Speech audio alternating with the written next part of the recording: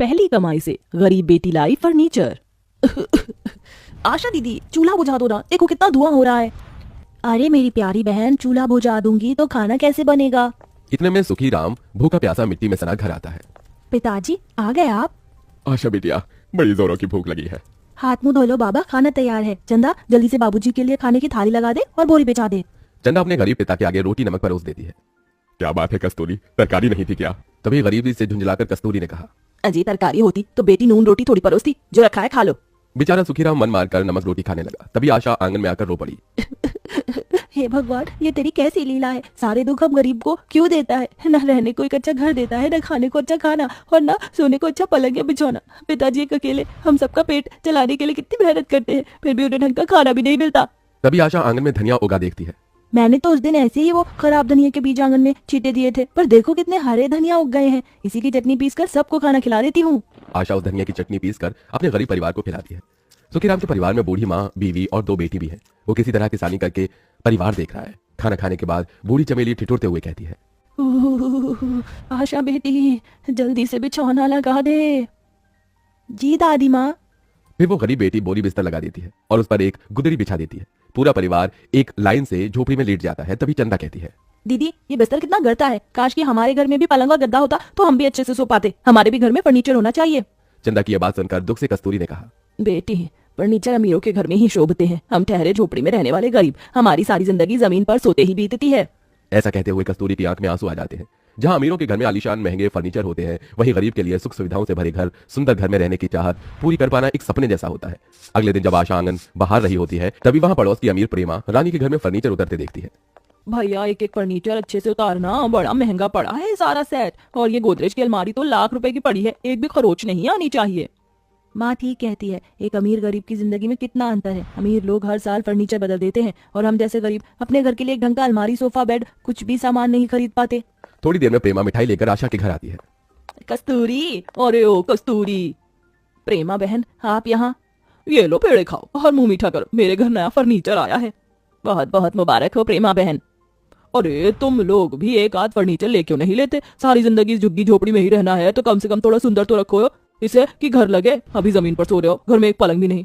अरे कम से कम एक फ्रिज और एक सोफा सेट और 2-4 कुर्सी तो होनी चाहिए, ताकि घर में कोई आ जाए तो बिठा सके। समझ सकती हूँ इस गरीबी में तुम्हारे पास खरीदने के लिए नया फर्नीचर के पैसे तो होंगे नहीं, तो मेरा पुराना वाला फर्नीचर ले लो, सस्ते में दे दूंगी।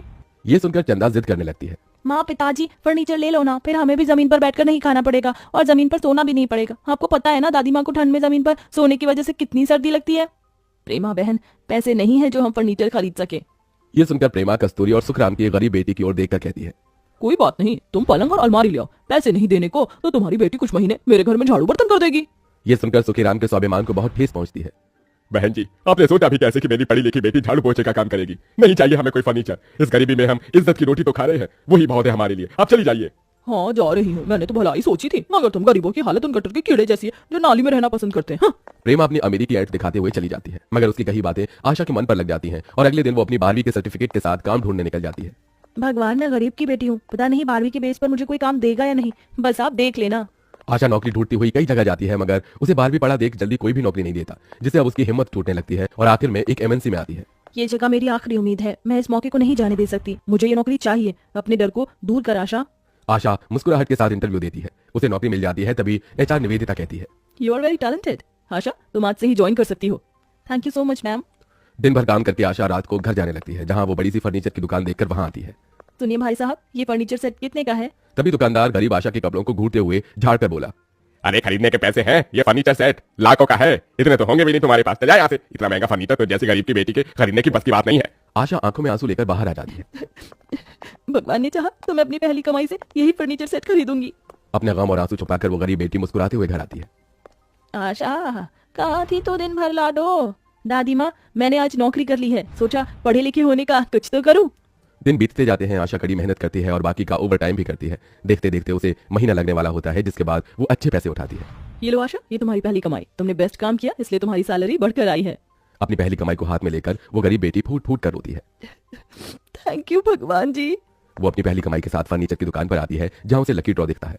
इस लकी ड्रॉ में तो 50,000 रुपए में भी बढ़िया फर्नीचर सेट मिल रहे हैं, मैं इसे अपनी पहली कमाई से ही खरीद सकती हूँ। आशा दुकान में आकर फर्नीचर सेट खरीद कर उसे ट्रक में लादकर अपनी गरीब झोपड़ी में आती है। जैसे ही फर्नीचर उतरता है तभी उसके गरीब माँ बाप, दादी और बहन बाहर आ जाते हैं। अरे आशा बिटिया, ये सारा फर्नीचर का सामान किसका है?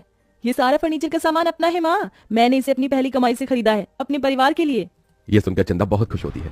अरे वाह दीदी, इसमें तो फर्नीचर का सारा सामान है। सोफा, पलंग, अलमारी, कुर्सी और खाना खाने के लिए डाइनिंग टेबल भी है।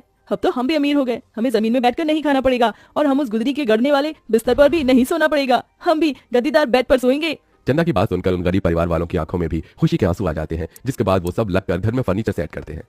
देखो माँ, दादी देखिए, दादी फर्नीचर लग जाने के बाद हमारा गरीब घर कितना अच्छा लग रहा है और ये सोफा कितना नरम है। मैं तो इसी पर सोऊंगी। हाँ मेरी प्यारी पोती। सभी के हंसते मुस्कुराते हुए चेहरे देखकर पिता सुखराम डबडबाई आंखों से अपनी गरीब बेटी को देखकर कहता है, कस्तूरी, कौन कहता है कि बेटी बेटा नहीं बन सकती? बेटी अगर चाहे तो बाप का कंधा उसका दाहिना हाथ बन जाता है, हमारी आशा की तरह। इस फर्नीचर को लाने के लिए तूने इतनी मेहनत की मेरी बच्ची। पिताजी, हाँ भी तो हमारे लिए कितनी मेहनत करते हैं और खुद धूप में खेतों में जलकर भी मुझे पढ़ाया लिखाया, तो इस बेटी का भी तो फर्ज बनता है। उस दिन आशा का पूरा परिवार फर्नीचर के महंगे डाइनिंग टेबल पर बैठकर खाना खाता है और फर्नीचर लग जाने के बाद उस गरीब का घर सुंदर देखने लगता है। वहीं आशा के घर में इतना महंगा फर्नीचर देखकर प्रेमा की बोलती भी बंद हो जाती है।